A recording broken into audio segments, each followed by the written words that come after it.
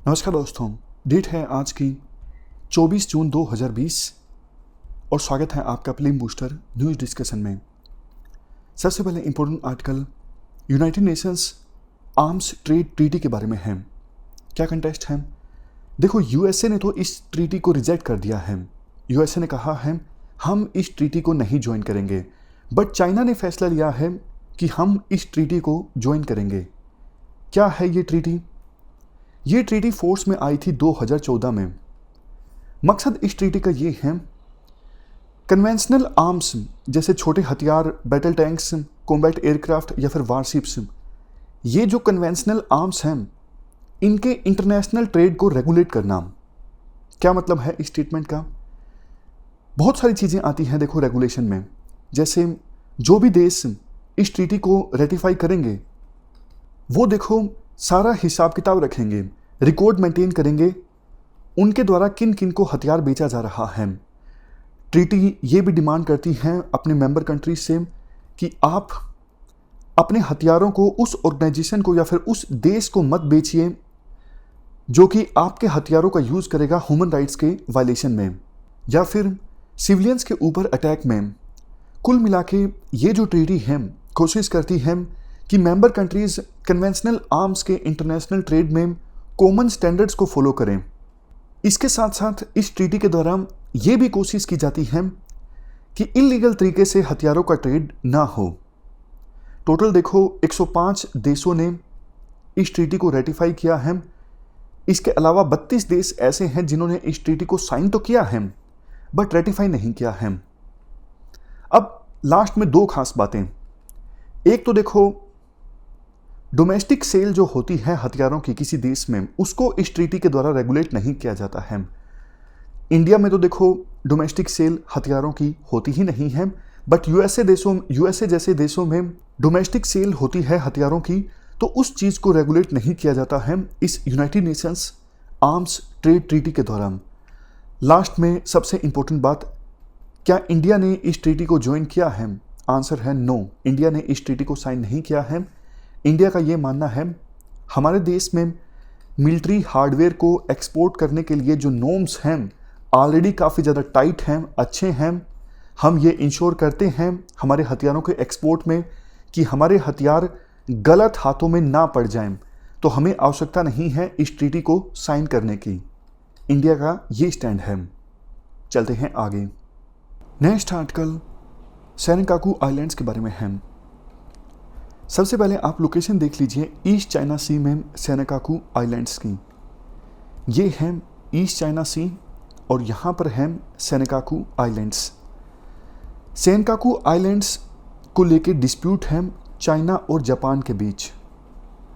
1972 के बाद से ही इन आइलैंड्स का कंट्रोल जापान के पास है, बट ना सिर्फ चाइना बल्कि ताइवान भी ये क्लेम करता है ये आइलैंड्स हमारी टेरिटरी का पार्ट हैं, हमारे एक्सक्लूसिव इकोनॉमिक जोन में आते हैं। आप लोकेशन देखिए, देखो ये जो लाल लाइन है, जापान का मानना है कि ये सारा एरिया हमारे एक्सक्लूसिव इकोनॉमिक जोन में आता है। एक्सक्लूसिव इकोनॉमिक जोन जैसे आपको पता है किसी भी देश के कोस्ट से लेके आगे तक 200 नॉटिकल माइल्स तक का जो एरिया है वो एक्सक्लूसिव इकोनॉमिक जोन में आता है। जबकि चाइना का ये बोलना है ये जो येलो लाइन आपको दिख रही है इसके अंदर का ये सारा एरिया हमारे एक्सक्लूसिव इकोनॉमिक जोन में आता है। मतलब सेनेकाकू जो आइलैंड्स हैं वो हमारे एरिया में आते हैं। और देखो, बल्कि चाइना इन आइलैंड्स को सेनेकाकू आइलैंड्स बोलता ही नहीं है। चाइना इन आइलैंड्स को बोलता है दियाओऊ आइलैंड्स। यहाँ पर देखो, जापान के लोग इन आइलैंड्स को बोलते हैं सेनेकाकू आइलैंड्स। चाइना के लोग और ताइवान के लोग एवं इनकी सरकारें इन आइलैंड्स को बोलते हैं दियाओऊ आइलैंड्स। अभी ये डिस्प्यूट एक बार फिर से सुर्खियों में आ गया है क्योंकि जापान ने एक प्लान को अप्रूवल दिया है। जापान में जिस एरिया में ये सेनेकाकू आइलैंड्स आते हैं उसका नाम है तोनोशिरो आइलैंड्स। अब जापान ने जो प्लान अप्रूवल दिया है उसके अनुसार उस एरिया का नाम बदल के रखा जाएगा तोनोशिरो सेनेकाकू। जिस एरिया में अभी फ़िलहाल ये आइलैंड्स आते हैं। इन आइलैंड्स की इम्पोर्टेंस देखो इसलिए भी ज़्यादा है, माना जाता है क्योंकि ये आइलैंड्स पैसिफिक ओशन में हैं। यहाँ पर क्रूड ऑयल के काफ़ी ज़्यादा भंडार हैं और ये आइलैंड्स जहाँ पर हैं वहाँ पर सी लेन्स की इम्पोर्टेंट लेन्स गुजरती हैं, मतलब काफ़ी इंपॉर्टेंट शिपिंग रूट्स में पड़ते हैं ये आइलैंड्स। तो स्ट्रेटेजिक लिहाज से भी ये आइलैंड्स काफ़ी ज़्यादा इंपॉर्टेंट हैं। इसके साथ साथ यहाँ पर फिशिंग ग्राउंड्स भी काफ़ी ज़्यादा प्रोडक्टिव हैं।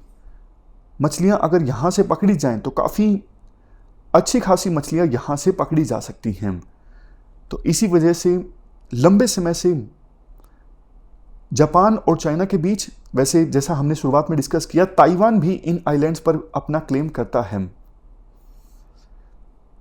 अभी ये आइलैंड्स जापान में ओकिनावा प्रीफेक्चर में इशिगाकी सिटी में पड़ते हैं। जापान में देखो टोटल 47 प्रीफेक्चर्स हैं, ये उनका एक एडमिनिस्ट्रेटिव डिवीज़न है। तो ओकिनावा प्रीफेक्चर में इशिगाकी सिटी में ये सेनकाकू आइलैंड्स आते हैं जापान में। इसके बाद नेक्स्ट हमारा आर्टिकल इंडोनेशिया के माउंट मेरापी के बारे में है। ये जो माउंट मेरापी हैं ये देखो एक्टिव वोल्केनो हैं। एक्टिव वोल्केनोज वो वोल्केनोज होते हैं, वो ज्वालामुखी होते हैं जिनमें पिछले 10,000 सालों में कम से कम एक बार इरप्शन जरूर हुआ है। अभी कंटेक्स्ट ये है, उड़ीसा का ये जो माउंट मेरापी है इसमें 21 जून 2020 को इरप्शन देखने को मिला। आसपास के पूरे इलाकों से लोगों को कहा गया आप घर से बाहर ना निकलिए, और बिल्कुल जो नज़दीक के एरिया से वहाँ से तो लोगों को इवैक्यूएट भी किया गया, एयरपोर्ट्स को बंद कर दिया गया। हवा में बिल्कुल काला धुआं हो गया इस ज्वालामुखी के इरप्शन के बाद। वैसे देखो इंडोनेशिया में टोटल 130 एक्टिव वोल्केनोज हैं और उसमें से मोस्ट एक्टिव यही है माउंट मेरापी। आप मैप देखिए, जो जावा आइलैंड है इसके बिल्कुल सेंटर में पड़ता है ये माउंट मेरापी, और इंडोनेशिया की जो कल्चरल कैपिटल है योग्यकार्ता उसके भी सेंटर में पड़ता है। ये वोल्केनो 2911 मीटर तक ऊंचा है और निचले एरिया में काफ़ी डेंस वेजिटेशन है और स्लोप काफ़ी स्टीप है, आप देख सकते हो। इससे पहले देखो 2010 में भी इस वोल्केनो का इरप्शन हुआ था और उस समय 300 लोगों की डेथ हो गई थी। ऑलमोस्ट 3 लाख रेजिडेंट्स को यहाँ से जल्दबाजी में इवैक्यूएट किया गया था। तो लोकेशन अगर यूपीएससी पूछ लेती है माउंट मेरापी की तो आप बता सकते हो। चलते हैं आगे। Next article decarbonising transport in India project के बारे में है, यानी DTI। क्या कंटेस्ट है? NITI Aayog international transport forum के साथ मिलके ये प्रोजेक्ट लॉन्च करेगा, डीकार्बोनाइजिंग ट्रांसपोर्ट इन इंडिया। क्या है ये प्रोजेक्ट? देखो हमारे देश में ट्रांसपोर्ट संबंधित एमिशंस को एसेस करने के लिए ये एक फ्रेमवर्क है। मतलब इस प्रोजेक्ट की सहायता से पता लगाया जाएगा अभी हमारे देश में ट्रांसपोर्ट संबंधित एक्टिविटीज़ कितनी होती हैं, फ्यूचर में कितनी होंगी, अभी ट्रांसपोर्ट से कितना CO2 का एमिशन होता है और फ्यूचर में जो ट्रांसपोर्ट एक्टिविटीज़ होंगी उनसे कितना CO2 का एमिशन होगा। अगर ये सब डेटा सरकार के पास उपलब्ध होगा तो सरकार बेहतर ढंग से पॉलिसी बना सकती है। यही उद्देश्य है इस decarbonising transport in India project का। ये जो प्रोजेक्ट है ये decarbonising transport in emerging economies का पार्ट है। हम बात करें decarbonising transport in emerging economies project के बारे में, ये इंटरनेशनल ट्रांसपोर्ट फोरम का प्रोजेक्ट है लेकिन कोलैबोरेशन है काफ़ी सारी दूसरी ऑर्गेनाइजेशंस के साथ, जैसे Wuppertal institute, international climate initiative, ये जर्मन फेडरल मिनिस्ट्री का इनिशिएटिव है इन्वायरमेंट के लिए। इसके अलावा nature conservation and nuclear safety, ये सब भी शामिल हैं इस प्रोजेक्ट में decarbonising transport in emerging economies.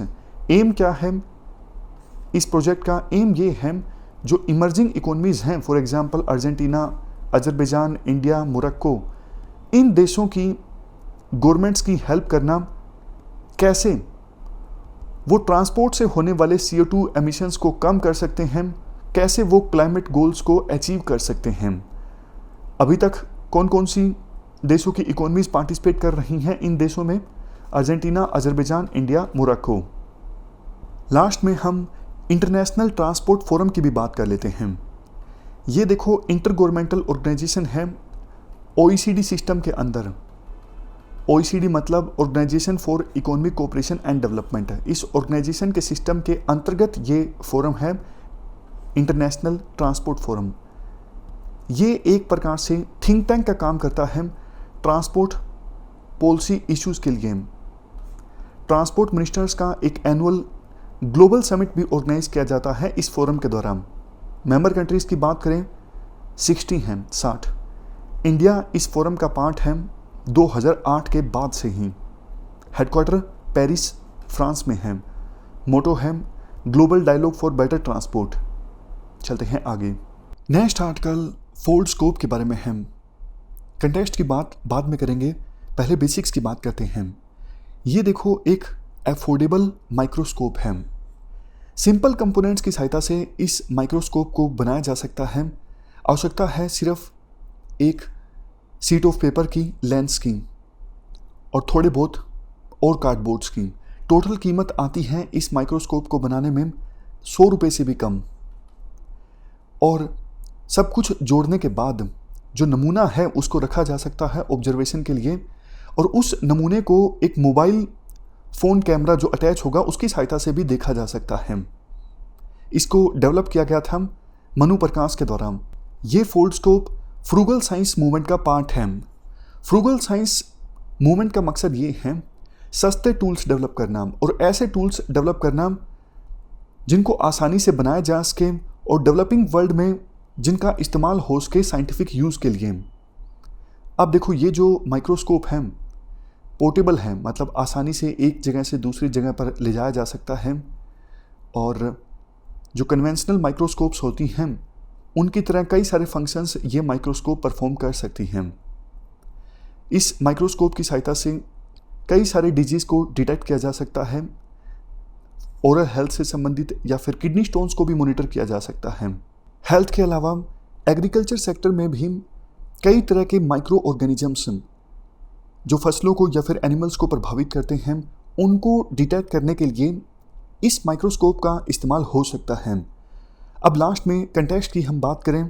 Context ये है, हाल ही में कुछ डॉक्टर्स ने वैलिडेट किया क्लिनिकल यूटिलिटी के लिए इस माइक्रोस्कोप का इस्तेमाल किया जा सकता है। मतलब माइक्रोस्कोप की यूटिलिटी है क्लिनिकल ऑपरेशंस में, और पेशेंट्स के सैंपल्स लेके कई सारे डिजीज़ को डिटेक्ट किया जा सकता है। तो ये थी हमारी आज की डिस्कशन। अब लास्ट में ये 4 स्टेटमेंट्स हैं आपके सामने। इन चारों स्टेटमेंट्स को आप ध्यान से पढ़िए और मन में सोच लीजिए आपके अनुसार कौन सी स्टेटमेंट सही है, कौन सी गलत है। पहली स्टेटमेंट गलत है। गलत क्यों है? क्योंकि इंडिया ने इस ट्रीटी को साइन नहीं किया है। इंडिया इस ट्रीटी के अगेंस्ट है। दूसरी स्टेटमेंट, इंटरनेशनल ट्रांसपोर्ट फोरम ये OECD सिस्टम में एक इंटर गवर्नमेंटल ऑर्गेनाइजेशन है। बिल्कुल ठीक। इंडिया मेंबर नहीं है ITF का। ये स्टेटमेंट गलत है। इस स्टेटमेंट के 2 पार्ट्स हैं। पहला वाला पार्ट सही है लेकिन ये पार्ट गलत है, क्योंकि इंडिया इस फोरम का पार्ट है। हमने डिस्कस किया था, याद कीजिए। यहाँ पर देखिए नीचे, India has been a member since 2008। तीसरी statement, Senkaku islands Arabian sea में है। सोकोट्रा आर्किपिलगो में सबसे बड़ा आइलैंड है ये सेनेकाकू आइलैंड। गलत है।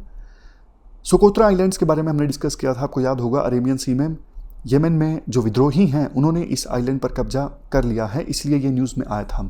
तो उसको रिलेट करके हमने जोड़ा सेनेकाकू आइलैंड से। गलत स्टेटमेंट है। ईस्ट चाइना सी में है सेनेकाकू आइलैंड्स। सबसे लास्ट में फोल्डस्कोप, ये अफोर्डेबल माइक्रोस्कोप है जिसको सिंपल कंपोनेंट्स की सहायता से बनाया जा सकता है, और डिजीज़ को डिटेक्ट करने के लिए इस माइक्रोस्कोप का इस्तेमाल हो सकता है। बिल्कुल सही स्टेटमेंट है। ये थी हमारी आज की डिस्कशन। फिलहाल इस डिस्कशन में इतना ही है। Thank you very much for discussion.